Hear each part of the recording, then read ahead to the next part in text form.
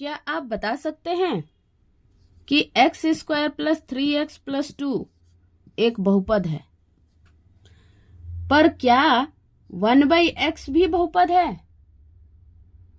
ये भी बहुपद है? नहीं, ये बहुपद नहीं है। अगर नहीं है तो क्यों नहीं है?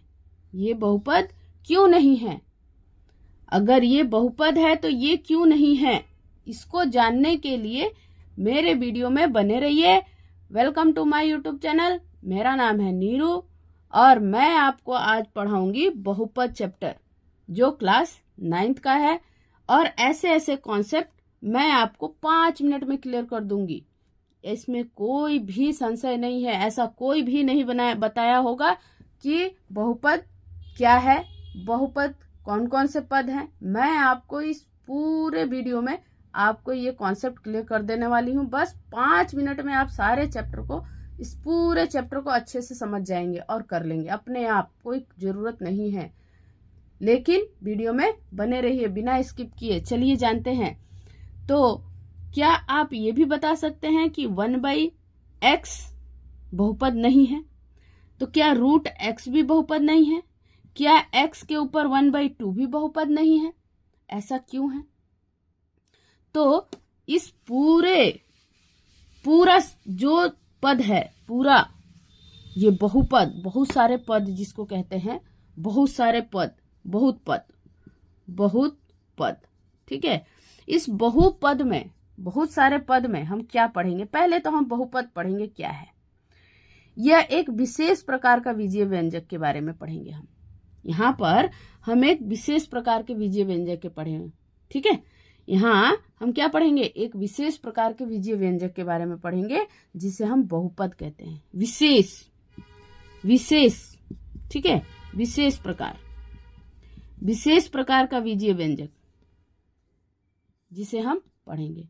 इसमें राशि यूज होता है आपका A to Z या x या y। ज्यादातर हम लोग x और y ही यूज करते हैं, चर राशि, ठीक है। इन्हें चर कहते हैं। इन्हें क्या कहते हैं? चर। चर का मतलब होता है जिसका मान हमें मालूम नहीं होता है, जिसका मान हमें मालूम नहीं होता है। तो इस चर के बारे में जब हम पढ़ेंगे तो वास्तव में क्या होता है कि बहुपद विशेष प्रकार का बीजीय व्यंजक तो है ही, विशेष प्रकार का बीजीय व्यंजक है जिसमें पदों का घात जो होता है। अब पदों का घात का मतलब क्या हुआ? मान लीजिए हमने दे दिया कि x² प्लस 3x प्लस 2। अब ये चरों का ये जो घात है, इसको हम घात कहते हैं। इसको क्या कहते हैं? घात। इंग्लिश में इसको पावर बोलते हैं। क्या कहते हैं? पावर। इसे हम इंग्लिश में पावर कहते हैं, हिंदी में इसे घात कहते हैं। तो जिसमें चरों का घात क्या होता है? अऋणात्मक पूर्णांक होता है, यानी कि धनात्मक होता है, ठीक है। अगर ये पूर्णांक, ये जो पूर्णांक संख्या है, ये अगर प्लस में है, ठीक है, ऋणात्मक नहीं होना चाहिए, बटा में नहीं होना चाहिए, तो ये आपका बहुपद है। ये पूरा पद क्या है? बहुपद है। तो आगे हम जानेंगे कि बहुपद के कितने प्रकार होते हैं, बहुपद में कितने पद हैं, कितने डिग्रियां हैं। तो इन सारी चीजों के बारे में हम आगे पढ़ेंगे, तो बने रहिए। चलिए अब आगे विशेष पढ़ते हैं। मुझे लगता है आपको ये समझ में आ गया होगा कि विशेष प्रकार का बीजीय व्यंजक जो है वो कैसा होना चाहिए? धनात्मक होना चाहिए, ठीक है। धनात्मक पूर्णांक होना चाहिए। पूर्णांक कैसी होनी चाहिए? धनात्मक होनी चाहिए। पूर्णांक राशि कैसी होनी चाहिए? धनात्मक। और धनात्मक में भी कैसी होनी चाहिए? उनकी घात जो होती है वो धनात्मक होनी चाहिए। घात कैसी होनी चाहिए? धनात्मक होनी चाहिए, ठीक है। तो जैसे मैंने आपको ये उदाहरण दिया, अभी उदाहरण अगर मैं कहूं कि 5/2 प्लस 3x प्लस 2, क्या ये एक बहुपद है? तो नहीं, ये बहुपद नहीं है, क्योंकि यहाँ जो पद है ये बटा में आ गया है। ये किस में आ गया है? बटा में आ गया है। तो ये बहुपद नहीं है।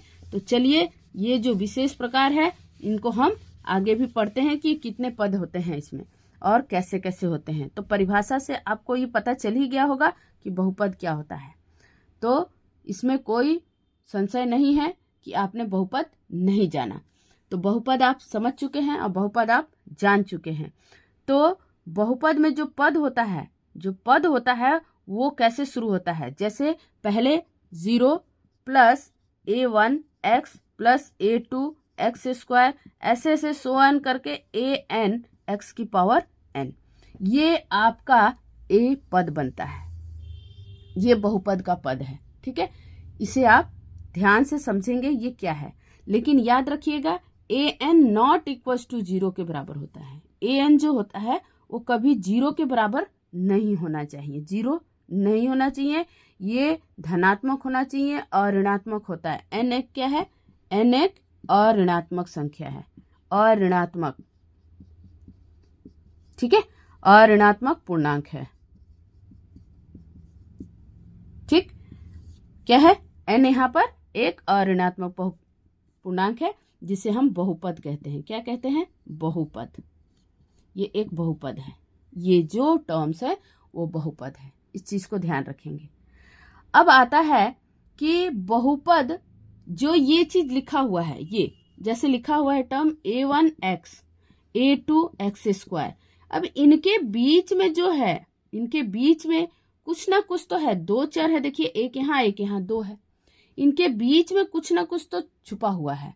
तो अभी आपको दोनों चर दिख रहा है। अगर मैं कहूं कि आप इस तरीके से लिख दो, अगर मैं कहूं कि आप इस तरीके से लिखो 2x, तो ये एक चर है और ये एक अचर है। ठीक है, ये एक अचर राशि है। तो अचर का मतलब क्या होता है, जो मान हमें मालूम होता है।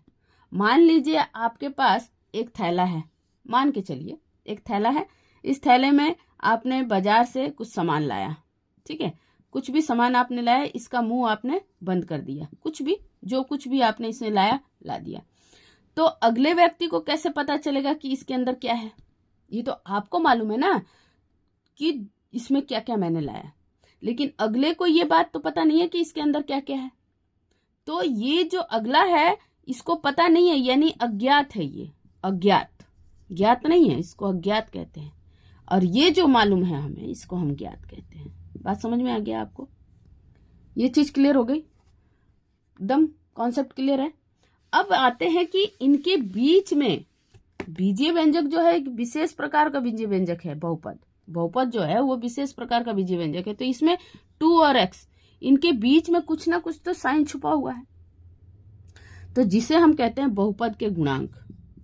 बहुपद के गुणांक, गुणांक जरा इसको ध्यान से समझेंगे।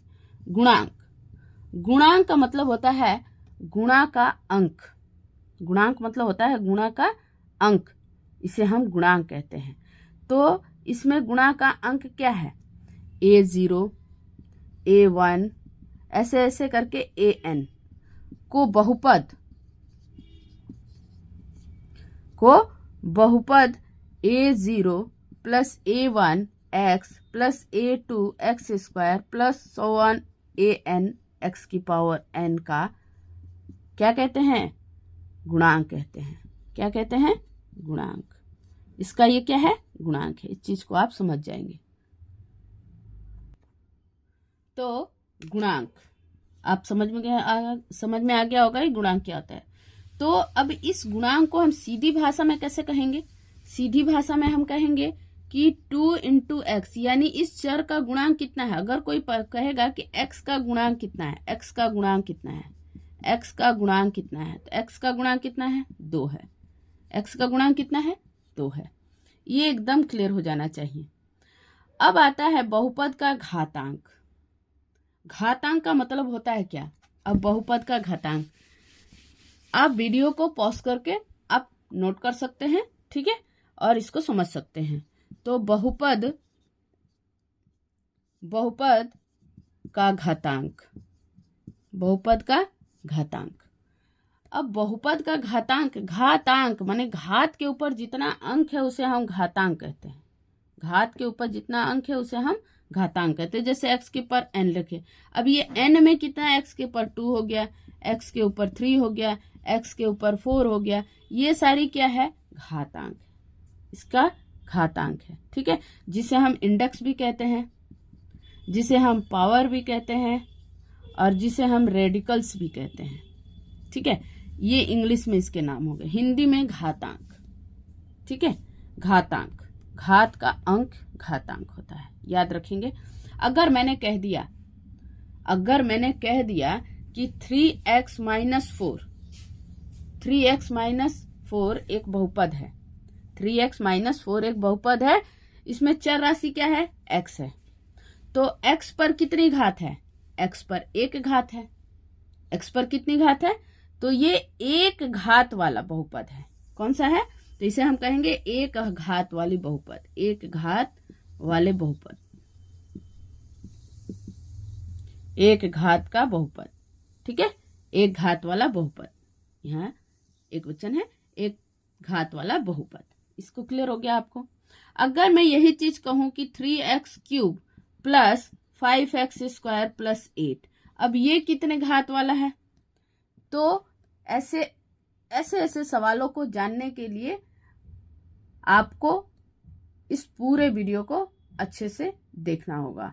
और आगे मैं आपको इस पूरे वीडियो के अंत में, अगर आपको समझ में आ गया है तो लाइक, शेयर और कमेंट जरूर करें। तो आगे चलते हैं। तो यहाँ पर x की घात कितनी है, 3, x की घात कितनी है, तो ये क्या है, 3 घात वाले बहुपद है, 3 घात है ना। इसमें सबसे बड़ा कौन सा है, देखिए ये भी है और ये भी है, तो इसका बड़ा कौन सा है, 3 है, तो ये 3 घात वाले बहुपद हुआ, इसको 3 घात वाले बहुपद कहते हैं, 3 घात वाला बहुपद कहलाएगा। अब आपको बताना है कि अब आप बताएंगे कि x स्क्वायर प्लस 1/x क्या ये कोई बहुपद है, अगर है तो कौन सी घात वाली बहुपद है, अगर है तो ये कौन से घात वाली बहुपद है, और नहीं है तो क्यों नहीं है। तो ऐसे चैप्टर को समझने के लिए मेरे वीडियो को लाइक, शेयर और सब्सक्राइब जरूर करें। तो नेक्स्ट वीडियो में मैं आपको बताऊंगी कि अगर है तो क्यों है और नहीं है तो क्यों नहीं है।